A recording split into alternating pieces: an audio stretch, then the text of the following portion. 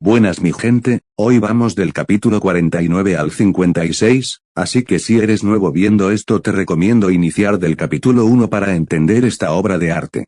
Luego vemos al protagonista caminando, y menciona que gracias a Altelicia tuvo éxito en el club.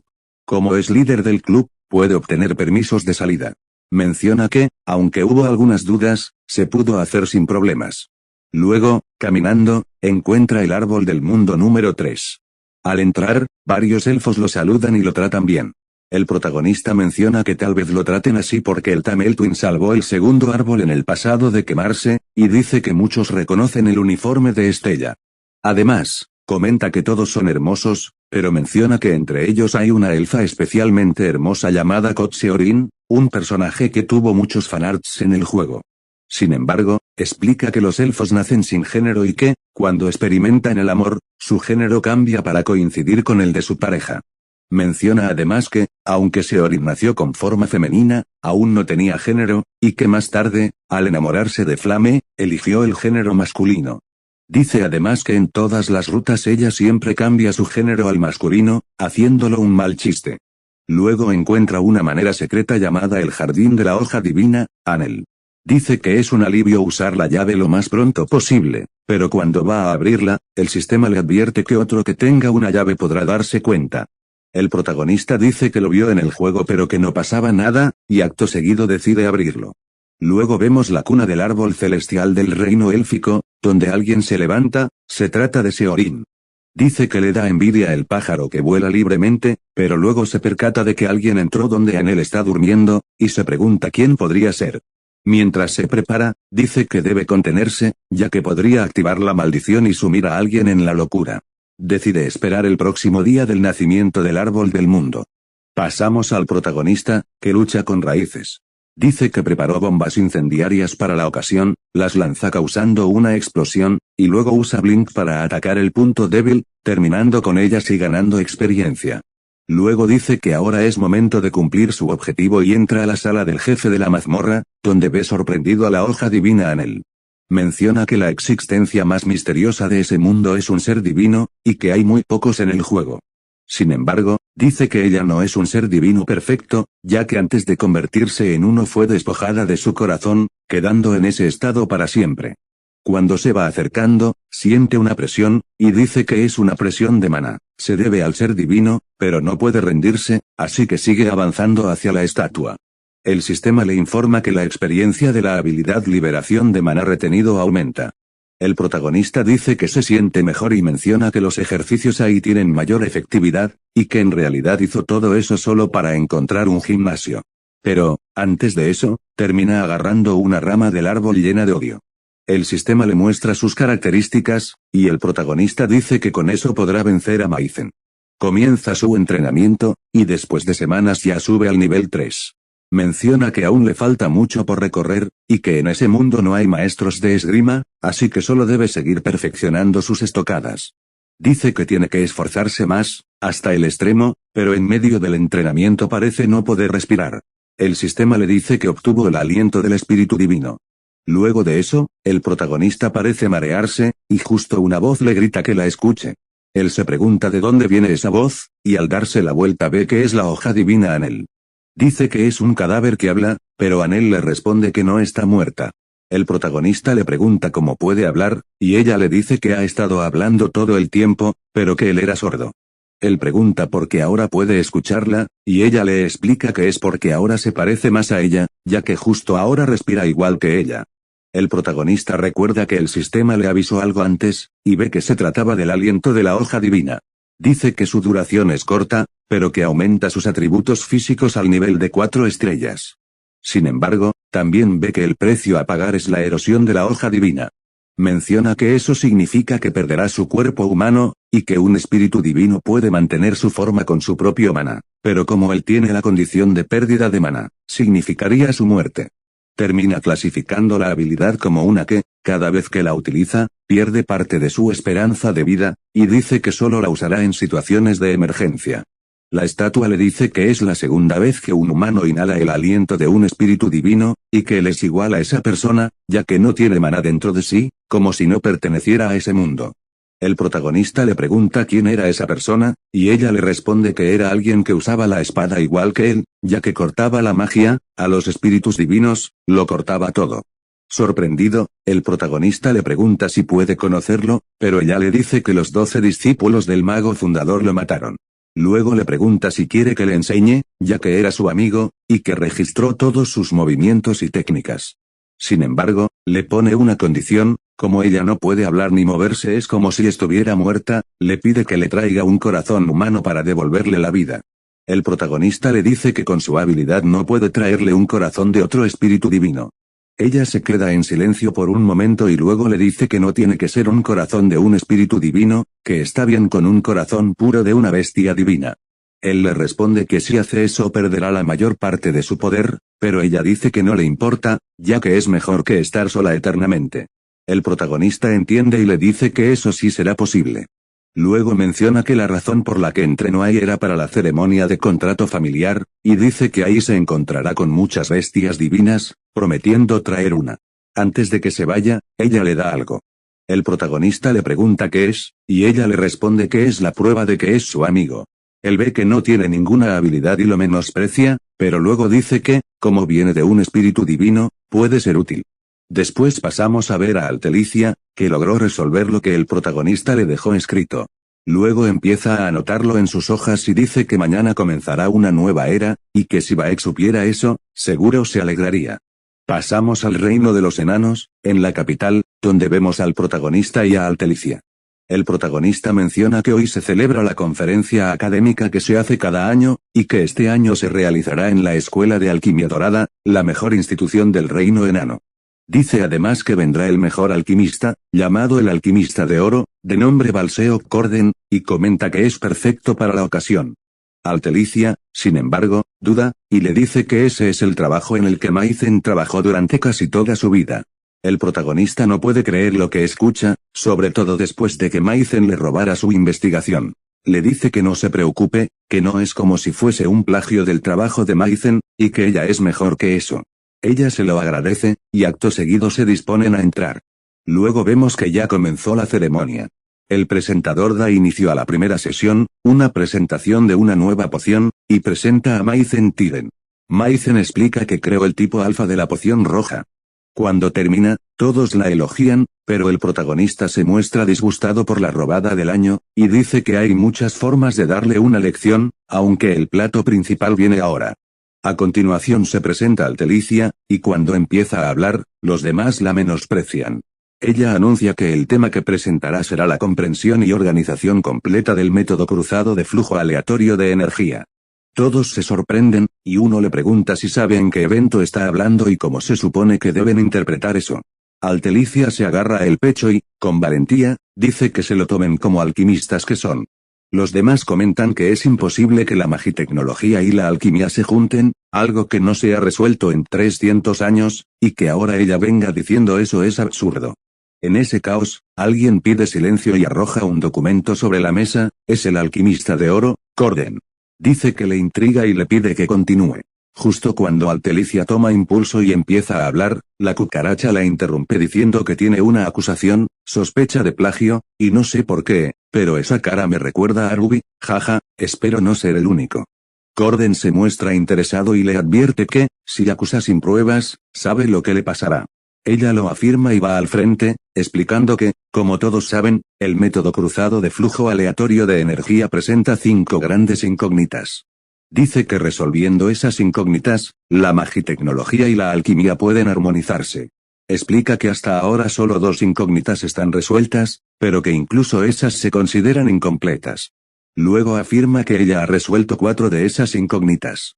Maizen interviene diciendo que, como Altelicia es su aprendiz, si lo que dice es cierto, entonces la investigación le pertenece.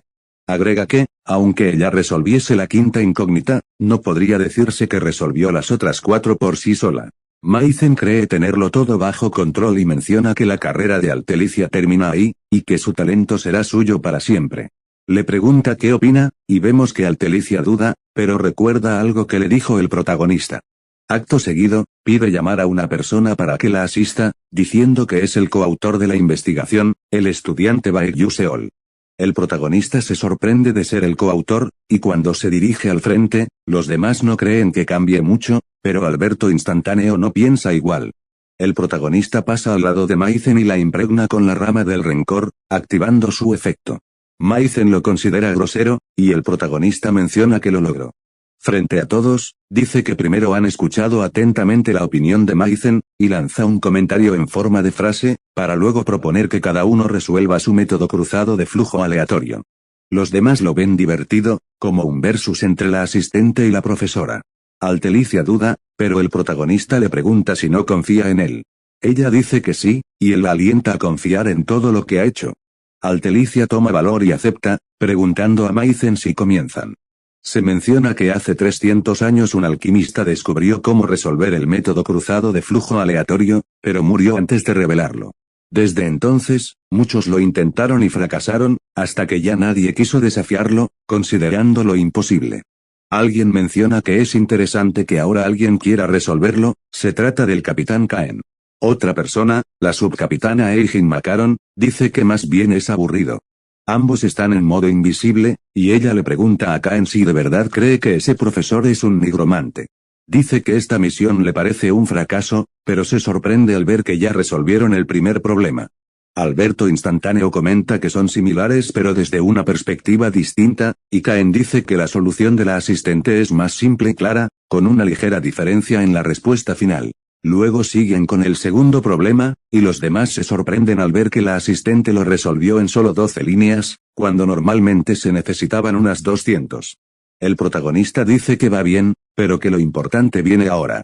Al llegar al tercer problema, ambas se esfuerzan y Alberto instantáneo se sorprende. Comentan que Maizen resolvió la tercera incógnita, pero que Altelicia hizo algo más impresionante, y Maizen se pregunta qué tipo de solución es esa.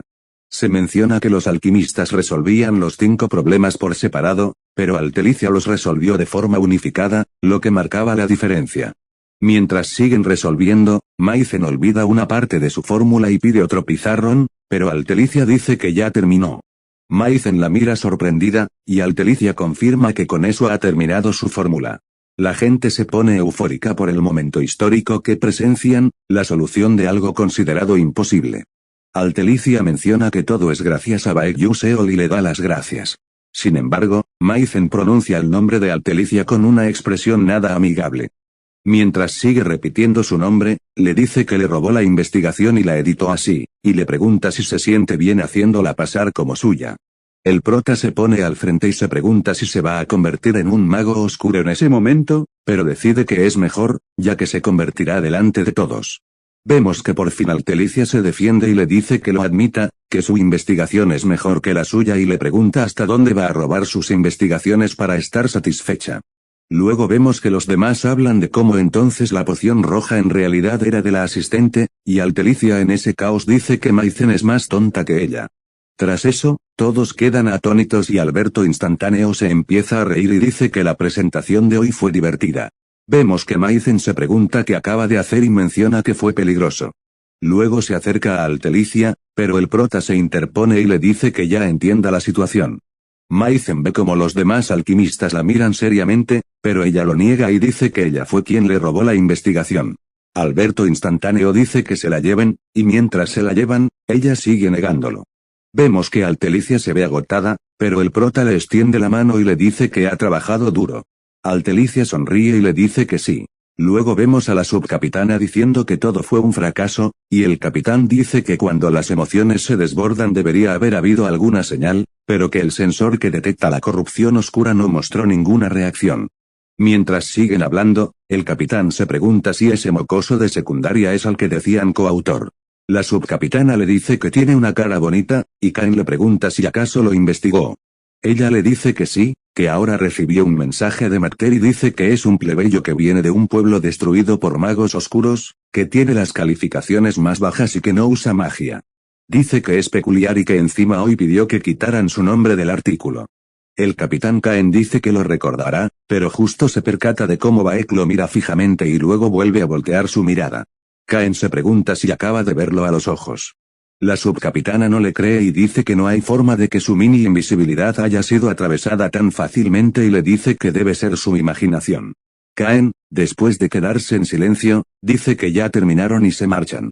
Luego pasamos a ver a Maizen que maldice y dice que si Baek no hubiese aparecido, ella no habría sido humillada, y dice que se encargará de él, pero justo alguien le dice que se calme. Vemos que Maizen menciona a Leiden, quien le dice que ella causó un gran problema. Él dice que estuvo a punto de ser peligroso, pero que por suerte había una restricción aplicada. Le explica que si sus emociones se hubiesen desbordado un poco más, habría arruinado todos sus planes. Ella se disculpa, y él le dice que con eso no basta, que la decepción del maestro es grande, que ha perdido valor como profesora de Estella. Ella lo niega y dice que aún tiene contactos en el comité de investigación de plagio. Él le dice que se calle y que no llamar la atención es lo más útil que puede hacer, que se quede así hasta que reciba instrucciones del maestro. Ella menciona que todo es culpa de Baekhyun Seol y dice que solo espere un poco más. Luego pasamos a ver un tren donde se encuentran Altelicia y el prota. El prota menciona lo decepcionado que está de que Maizen no se convirtiera en un mago oscuro, ya que podrían haber evitado la calamidad del 8º episodio. Luego dice que es mejor no apresurarse, ya que todo terminó sin problemas, pero que hay algo que lo molesta. Volvemos al momento donde Baek miró al Capitán Caen, y dice que son de la Torre Menguante, la mejor unidad de magos oscuros.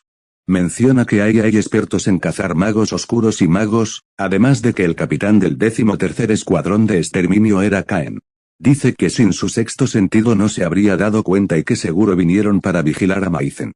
Mientras sigue pensando, justo alguien habla y Altelicia, sorprendida, ve que se trata del presidente de la asociación, Melian. Se menciona que cuando Flame llegaba a la adultez, se aumentaba el número de personajes que se enamoran de ella, y entre ellos estaba Melian, el hombre más rico del mundo, que a pesar de tener familia era popular para conquistar. La razón era su hija, Zeliel, una elfa de clase alta que atormentaba al protagonista a lo largo de todo el juego. Los jugadores furiosos encontraron la mejor manera de vengarse, conquistando a Melian, su padre, y luego destruyendo su familia. El prota menciona que no pensó que vendría y dice que debería sacar una buena impresión. Melian le pregunta su nombre al prota y él se presenta. Luego Melian saca algo y les propone un contrato exclusivo con su asociación. Altelicia empieza a leer el contrato y, viendo las condiciones, se sorprende, ya que son muy buenas. Menciona que seguro a Baek le gustará, pero luego ve cómo el prota tiene una cara inexpresiva y le dice a Melian que debe consultarlo con su coautor. Melian menciona que pensó que lo de coautor era solo una frase vacía, pero que si de verdad ayudó en el problema de 300 años, debe ser un genio. Aún así, solo es un estudiante de secundaria. Luego lo invita a leer el contrato y menciona que en los negocios él solo es un niño, mientras cree que no lo rechazarán. Lo rechazan. Melian se sorprende y pregunta la razón. El prota menciona que aceptar el contrato sería bueno, pero como Melian es excelente en los negocios y no le gusta que le quiten lo suyo, él solo vendería cosas que se vendieran bien, quitando la diversidad. Además, por el exceso de exclusividad, muchos magos no podrán usar los equipos. Dice que hubo un jugador que tomó esa ruta, ganando mucho dinero pero con un mal final. El prota le responde a Melian que no le importan las condiciones, que quiere que más magos puedan usar esa nueva tecnología. Melian le dice que todo muy lindo, pero que para eso se necesita dinero inevitablemente. El prota dice que habló con varios inversionistas y Melian pregunta si acaso firmará con todos ellos y con él. El prota le dice que en ese caso deberá descartar la mayoría de las condiciones que propuso. El prota admite que le parecían atractivas las condiciones y por eso da la propuesta de transformar el ítem en un artículo de lujo. Explica que promoverán al máximo los ítems, pero los que sean más difíciles de fabricar serán un contrato exclusivo con su asociación, y a eso lo llamarán una marca. Melian dice que está bien, pero pregunta si en verdad los productos de lujo se venderán. El prota entiende y le pide que les dé medio año y que dentro de ese tiempo organizarán una presentación para inversionistas dirigida al presidente Melian. Si en ese momento le gustan los productos, le pide que por favor firme con ellos. Vemos que Melian parece aceptar eso, le entrega su contacto y se marcha. Luego vemos que el prota estuvo nervioso todo el tiempo y Altelicia se ríe. El prota, sin entender, menciona que una cosa ya está resuelta y dice que cuando Kusndor regrese, irá con su club a un restaurante. Se menciona cómo las clases siguieron normalmente, con una nueva profesora en vez de Maizen, ya que supuestamente está enferma. El prota se pregunta si se fue sin dejar rastro y menciona que Maizen despierta en el 8º episodio, pero por las cosas que pasaron no se sabe cómo irán ahora. Se pregunta si el episodio se abrió adelantado. Mientras camina, oye cómo alumnos hablan de un nuevo descubrimiento de Altelicia y sobre el tema del coautor anónimo. El prota menciona que gracias a que fue anónimo, pudo seguir pasando desapercibido en la escuela. Luego encuentra a Mayu Seong y a Iselle, donde escucha cómo alaban a Mayu Seong y más o menos a Iselle. El prota menciona que no hay un día tranquilo y luego dice que ya llegó, les pide perdón por la demora y a Iselle le pregunta cuál es el menú, ya que él lo escogería. El prota sonríe y luego los vemos en la mesa con 2 ricas pizzas. Vemos cómo a Iselle lo mira impresionada. El prota menciona que escuchó que al pedir pizza se debe tomar antes jugo de pepinillos, luego le da a Iselle el jugo. Ella, sin saber si se lo come, lo termina tomando y le termina gustando. Mayu Seong también lo toma y dice que no está mal. Luego el prota les da el plato principal. Cuando Ai se lleva a comer con tenedor y cuchillo, el prota le reprocha por esa forma de comer la pizza y le muestra la forma God de comerla. Vemos que hay 2 caras de la misma moneda. Luego Mayu Seong también lo prueba de esa forma y Iselle, sin más opción, termina comiéndosela así. Vemos que le encantó y dice que es delicioso. Mayu Seong y el prota muestran una cara de felicidad y dicen que vendrán ahora más seguido a partir de ahora. Luego pasamos a ver cómo alguien le pregunta a Flame si escuchó lo que pasó. Ella asiente y menciona que seguro es el rumor de que Altelicia desactivó el método cruzado de flujo aleatorio, pero dice que sabe que en realidad esto es obra de Baek. Se pregunta cómo lo resolvió, ya que en la regresión debió haber perdido muchos recuerdos y se pregunta si se le quedó algún recuerdo o si solo es listo. Luego alguien la saluda y vemos que es Jeremy, quien le pregunta si no quiere estar en el mismo grupo con él en la práctica. Ella le contesta fríamente y le dice que se busque a otra. Mientras se va, Jeremy, como todo un simp, dice que es especial. Luego se muestra un anuncio del personal gate que dice que los alumnos de primer año elijan el personal gate en el que desean hacer la práctica. Flame dice que por fin ha comenzado y menciona que el personal gate es una dimensión alternativa creada por los demonios oscuros y que si no se logra conquistar rápidamente, ese lugar se vuelve una tierra en donde ninguna forma de vida puede sobrevivir.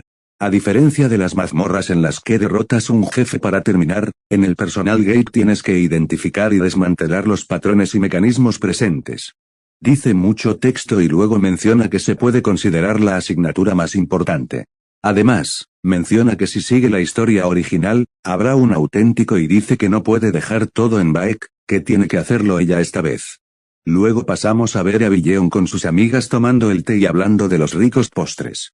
Una de ellas habla de cómo la asistente de Estella resolvió el método cruzado de flujo aleatorio. Dice que lo escuchó de su padre y que el coautor en realidad es un estudiante de Estella. Las demás chicas se sorprenden y se preguntan quién será ese tipo. Luego Billeon menciona que, al parecer, ni el director de inteligencia logró averiguar que Baek es el coautor, pero después se pregunta por qué Baek ocultó ese hecho y si tal vez está interesado en la asistente. Después de pensar eso, se levanta y se marcha. Sus amigas quedan conmocionadas y se preguntan qué le pasa. Mientras sigue caminando, se encuentra con su hermana y menciona que tuvo que convertirse en enemiga de su media hermana Honsiwa Adolevit por el destino de ser la legítima y la bastarda. Dice que la detesta y le pregunta qué hace ahí. Siwa le dice que escuchó que hay un plebeyo interesante que sigue el código de caballería y que, por su reacción, seguro a Billeon también le interesa. Luego le dice que un caballero que lo da todo es el sueño de una princesa y le pide que se lo presente. Billeon le responde fríamente. Siwa le dice que antes no era así y le pregunta si es por la muerte de su hermana mayor. A Billeon parece dolerle y se retira. Siwa se pregunta si tal vez fue demasiado lejos. Justo llega alguien y le dice que ya tiene el informe de Baek, que es una copia de tarea donde hay un resumen de su pasado. Al ver el título, se ríe y dice que al final sigue siendo un niño. Pero luego, después de unos minutos, la vemos llorando por su historia. La otra no entiende y Siwa menciona que nunca se detuvo a pensar en la pobreza. Mientras sigue hablando de lo que leyó en la hoja, menciona que lo siente por Billeon, pero cada vez le da más curiosidad sobre Baek Yuseol. Luego pasamos al día de la práctica. Vemos a un profesor que dice que ahora comenzarán la práctica y les pide entrar a la puerta. El prota menciona que se siente nervioso, pero que por fin empieza.